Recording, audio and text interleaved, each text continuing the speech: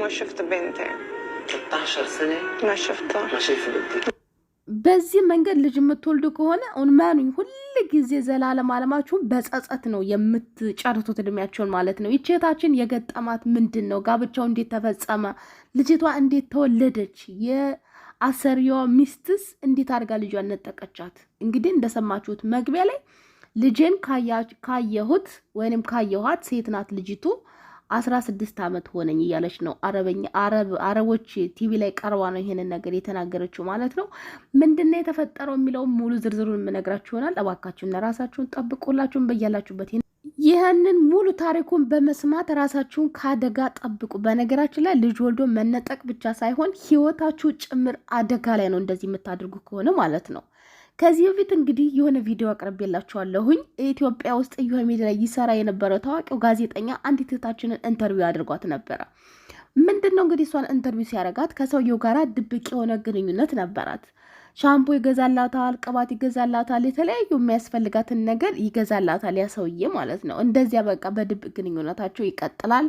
ሽቶች፣ የተለያዩ ነገሮች ያመጣላታል። አንድ ቀን ሴትዮዋ ይሄ ሁሉ ከየት የመጣ ነው? ማን ነው እንደዚህ ያደርገልሽ? ያው እንግዲህ ቀስ ብላ ስትጠይቃ ሰውየው እንዳገዛላት በድብቅ እንግዲህ ከሰውየው ጋር ግንኙነት እንዳላት ታውቃለች። ከዛም በኋላ ከ3ኛ ፎቅ ላይ ነው የገፈተረቻት። ፈጣሪ ፈቅዶ እግሯ ብቻ ነው፣ ሌላው ነገሯ ጤነኛ ናት። እግሯ ግን ፓራላይዝድ ሆነች፣ መንቀሳቀስ አትችልም። እንደዚያ ፓራላይዝድ እንደሆነች ሕክምናውን ሳታገኝ ነበር ወደ ሀገራችን የገባችው ማለት ነው። ወደ አገሯ ስገባ ለቤተሰብ ተደውሎላት አዲስ አበባ ሆስፒታል ገብታ ማለት ነው ያለው ነገር እንዲህ ነው ተብሎ ተደውሎላት አባቴ ነው ያለችው። አባቴ እያለቀሰ አላቃትም ብሎ 100 ብር አስቀምጦ ሄደ ጣውላው ላይ ነው ያለችው። ለምን ፓራላይዝድ ሆናለች፣ ተጥቅም ውጭ ሆናለች። የተፈጠረውን ነገር ሁሉን ነገር ማጣራትም አልፈለገም።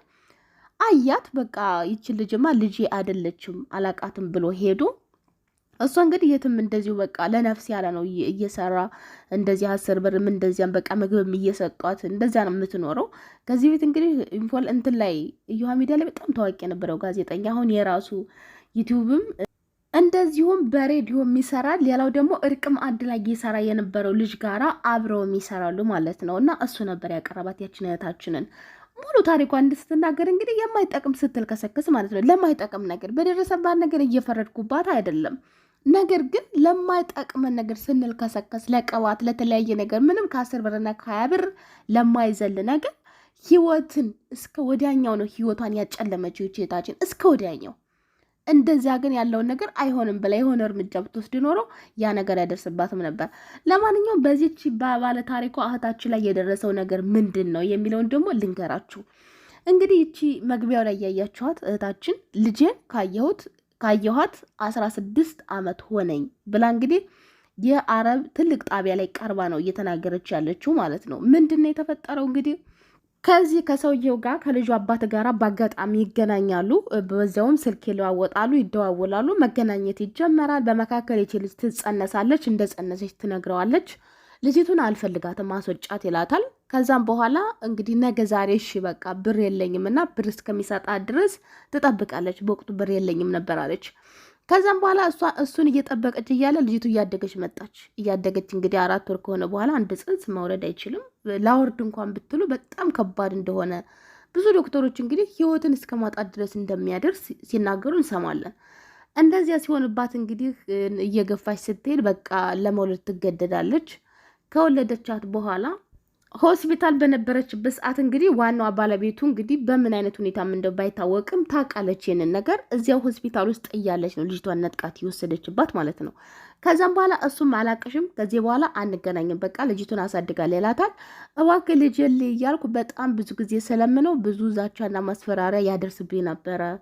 እኔም እንደዚያ ስፈራ ይሄው እስካሁን ድረስ ልጅን 16 ዓመቷ ወልጅ ተጣልኳት። እማቀው ነገር የለም ስለሷና አይቻት አላቅም። እድሜ ዘመኔ ሁሉ በጸጸት አለቀ ብላ ነው እንግዲህ ጣቢያው ላይ ቀርባ እየተናገረች ያለችውና በጣም ታሳዝናለች የደረሰባት ነገር። ሲቀጥል ግን ማንኛችሁም ብትሆኑ የትኛውም ሀገር ሄዳችሁ በፍቅርም ይሁን በምንም ይሁን በምን እውነቴን ነው የምላችሁ ልጅን የሚያክል ነገር ህጋዊ ጋብቻ ሳይኖራችሁ ባትወልዱ አሪፍ ነው።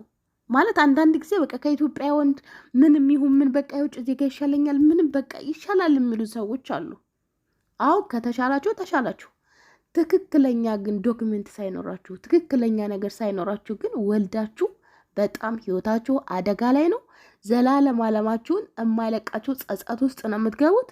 ይሄም ብቻ አይደለም እንግዲህ ሰዎቹ ቢያውቁ እንኳ ህይወታችሁ ምን አይነት እንደሚሆን እንግዲህ ያው መግቢያው ላይ እንግዲህ አንድ ታሪክ ነግሬያችኋለሁኝ። እሱን ደግሞ አስቡት። ከዚህችኛዋ እህታችን ደግሞ የዚያችኛዋ የከፋ ነው። በጣም ነው የምታሳዝነው። የደረሰባት ነገር በቤተሰቧ የደረሰባት መገፋት እንደዚህ ከሆነች በኋላ ያኒ በቃ ምንም ጥቅም ለሌለው ነገር ነው። የዚህችኛዋ ደግሞ በጣም ነው የሚያሳዝነው። ከእንደዚህ አይነት ነገር ፈጣሪ ይሰውረን። እንግዲህ እቺ ልጅ 4 ዓመት ከምናምን የሰራችበት ቤት ነው። ከ3ኛ ፎቅ ላይ ወድቃ ወይንም ሴትዮዋ ገፍትራት ይሄን ሁሉ ነገር ስታቅ ነው ፓራላይዝድ የሆነችው ከወገቧ በታች ጠቅላላ ማለት ነው። እና ቤተሰቦች እባካችሁ ጥንቃቄ አድርጉ። ህጋዊ ጋብቻ መጋባት እንኳን ከፈለጋችሁ ከማንም ሰው ጋር ግንኙነት ማድረግ ከፈለጋችሁ በመጀመሪያ ደረጃ ማድረግ ያለባችሁ ምንድን ነው?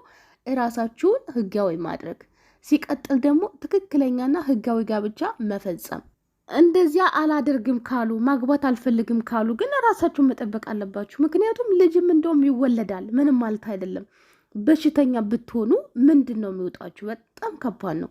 በባለፈው እንግዲህ እዚህ ዱባይ ውስጥ በእርግጥ አመት ሊሆነው ነው እንግዲህ የምህረት አዋጅ በወጣበት ጊዜ 67 ኢትዮጵያውያን ናቸው በደማቸው ውስጥ ቫይረስ የተገኘው። 67 ወጣት፣ 67 ህልመኛ፣ 67 ስደተኛ፣ 67 ያልተኖረ ልጅነት የነበራቸው ወጣቶች በደማቸው ውስጥ ቫይረስ ተገኝቶባቸዋል። እንግዲህ እነሱ ነገር ተስተካክሎላቸው ወረቀት አሰርተን አዲስ ምዕራፍ እንጀምራለን፣ አዲስ ህይወት እንጀምራለን፣ ነገ ዛሬ ተያዝኩኝ እያልኩኝ ተምሸማቀቅ ተምደበቅ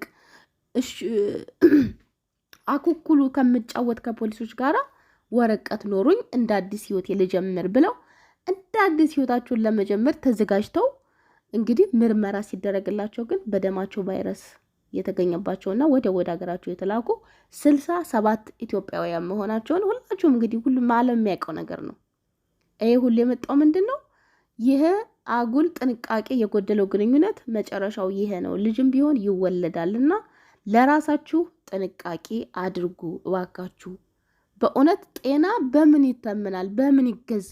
ለራሳችሁ ለጤናችሁ አስቡ። የቆጡና ወርድ ብላ የብቷን ጣለች እንዳይሆን ነገሩና ራሳችሁ ከጣራችሁ ከተጋችሁ ደግሞ ሁሉም ነገር መቀየር ይቻላል። ብዙ ጊዜ የውጭ ዜጋ ለመጥበስ የምትሞክሩ ሰዎች አውቃለሁኝ የተሻለ ኑሮ ኑር እንደሆነ በሚል ነው ራሳችን አሳንሰን ስለምናይ ነው እንጂ እንደ ማንኛውም ሰው እኩል ፈጣሪ እኩል ነው የፈጠረን። ጠንክረን ከሰራን ማንለወጥበት ምንም ምክንያት የለምና ራሳችሁን በራሳችሁ አጠንክራችሁ በህጋዊ ጋብቻ ፈጽማችሁ ውለዱ ክበዱ ላለሁኝ። በድጋሚ እስከምንገናኝ ሰላማችሁ ይብዛልኝ። ቻው።